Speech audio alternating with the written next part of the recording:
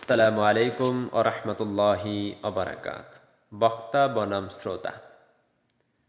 আজ কিছু ইউটিউবে দেখে বক্তা আর শ্রোতার অবস্থা দেখে খুবই খারাপ লাগলো যে বক্তা কেমন হওয়া দরকার আর শ্রোতা কেমন হওয়া দরকার। বক্তা যাই বলে শ্রোতা বলে ঠিক, খারাপ বললেও বলে ঠিক, আর ভালো বললেও বলে ঠিক। এতটুকু সেন্স যে শ্রোতার নেই। যারা যাত্রা গানেও যায় তারাই মাহফিলে যায় যে বলে ঠিক ঠিক ঠিক।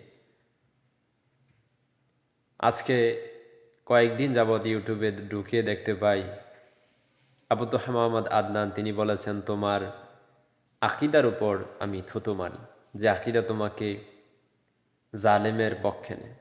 আমি জানি না কোন হুজুর বলেছে যে ইসরাইল জান্নাতি বা ইসরাইল ঠিক আছে, এই কথাটা কোন আলেম বলেছে এটা আমার জানা নেই।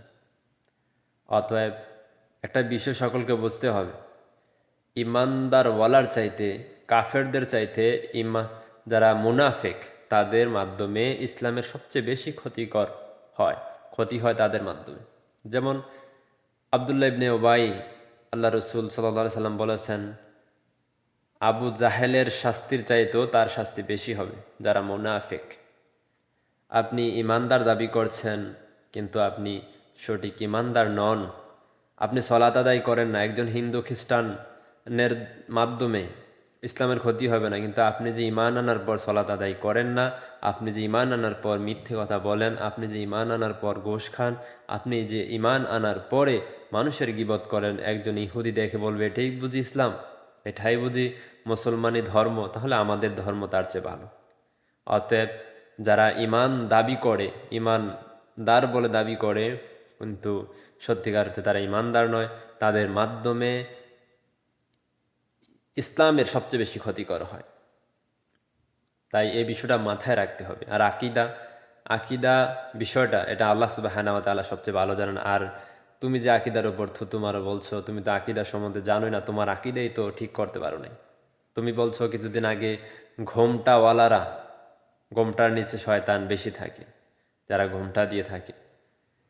বড় বড় শায়েখ, সৌদি আরব সমস্ত শায়েখরাই যারা যারা সলাত আদায় করে তারা প্রত্যেকজন শায়েখই ঘোমটা দিয়ে রাখে। আর তুমি যাদের কিতাব পড়েছো, যারা আরব শায়েখ, তারা সবাই ঘোমটা ব্যবহার করতো। যাদের কিতাব পড়ে তুমি আজকে ফতোয়া দাও, মাসালা বলো, কথা বলো, তারা সবাই ওই ধরনের শায়েখে ছিল, ঘোমটাওয়ালা।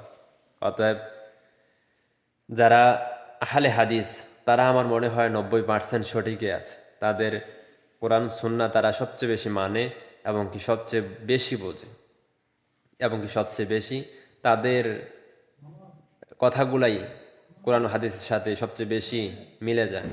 এটা আমি একজন হানাফি হয়ে বলছি, আমি একজন হানাফি।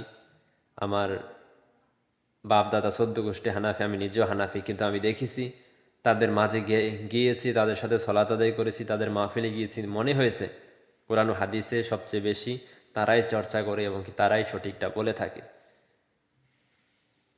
আসসালামু আলাইকুম রহমতুল্লাহি ওয়া বারাকাতুহু।